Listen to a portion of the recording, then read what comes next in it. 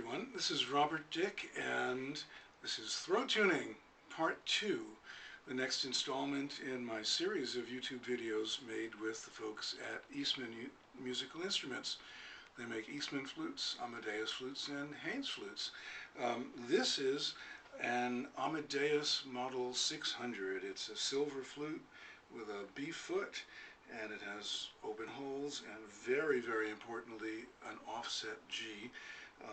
I love the offset G and actually don't play flutes with an inline G at all. The flute should fit the human hand, and it's also got a gold riser.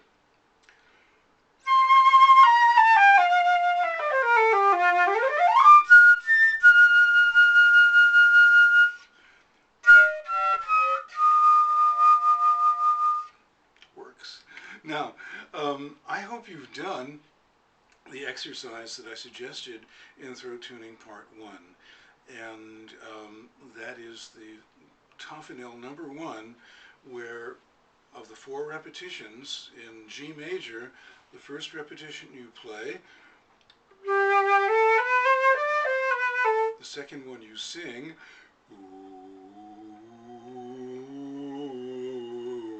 the third one you sing and play together, and then finally on the fourth one you play, hearing your voice, feeling your voice, but not actually singing, but feeling like you're singing, silently singing.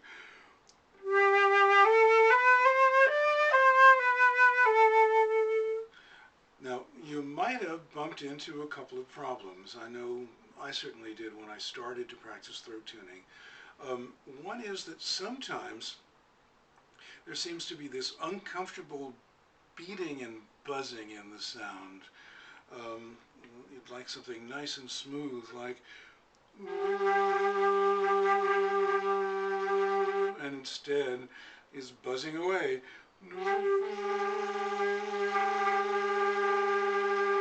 And that's because of the difference in pitch between the flute and the voice. Each little beat there represents a 1 cycle per second difference, and it's generally caused also by trying to sing too loudly.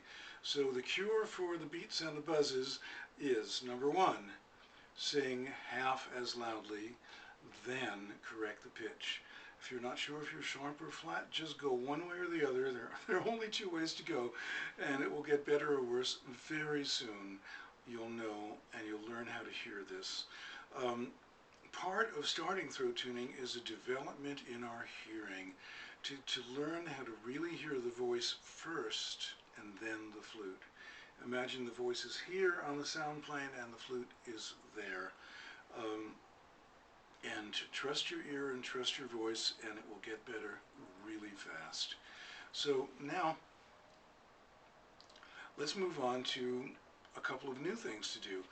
I started out by doing a little playing, and what I was doing was singing in unison with the flute, and I was singing on the low B. If you don't have a low B, use low C for this.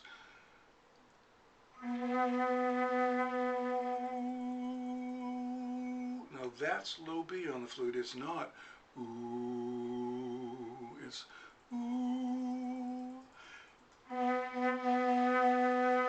And then, as I'm singing, without singing louder, I'm using the embouchure to move the flute through the overtone series.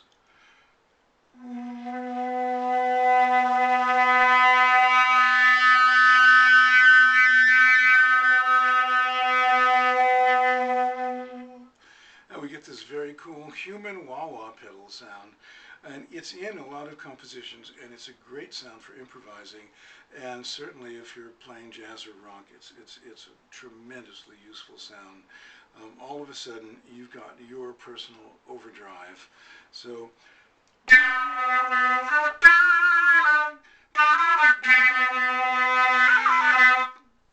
now, it's really important to do this with your embouchure. Let me take the sound apart for you.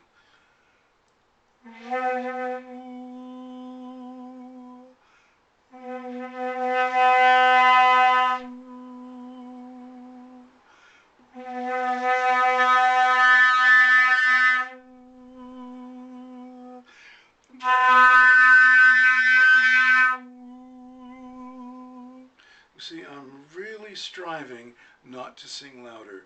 If you do it this way, in no time at all, your voice is just going to disappear. You'll have a sore throat. See, even a little bit did that to me. You'll have a sore throat, you'll be hoarse, and it will feel horrible. So whenever we're singing and playing, the right way to do it is to sing softly and gently and make the flute do all the things it needs to do with your embouchure. And it will make your embouchure stronger and more flexible, and you'll have more colors and a bigger dynamic range. You'll be able to play louder and softer. People tend to forget about playing soft these days, but soft is one of the great things the flute can do.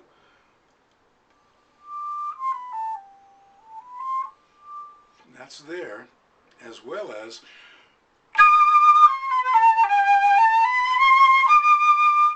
and loud will sound twice as loud if you've got soft just before it. Soft will sound twice as soft if you've got loud just before it. Now, the next exercise I'd like to work on is playing arpeggios. Now, the flute can skip.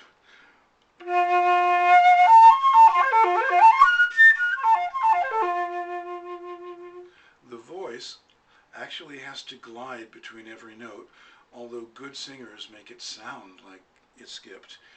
Now, so what does that mean when we're throat tuning? It means that the voice has to leave the first note, get on its way to the second note, and meet the flute there right at the beginning of the second note. So that means, number one, you have to hear the second note before you play it. Ear training is going to meet real life right now, and what a good thing that is. So let's start on something that we know the sound of, and we can trust our ears. It's the F major arpeggio, F-A-C-F.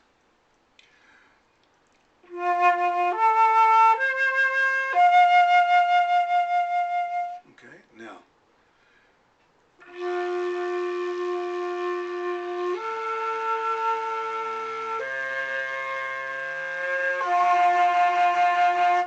You hear how the voice went ahead of the flute and met the flute on each new pitch. Now, when you do that silently, you'll find that you get a truly connected legato, and as you move from note to note, it won't sound thin and then get filled out. It will sound rich from the very beginning of the note.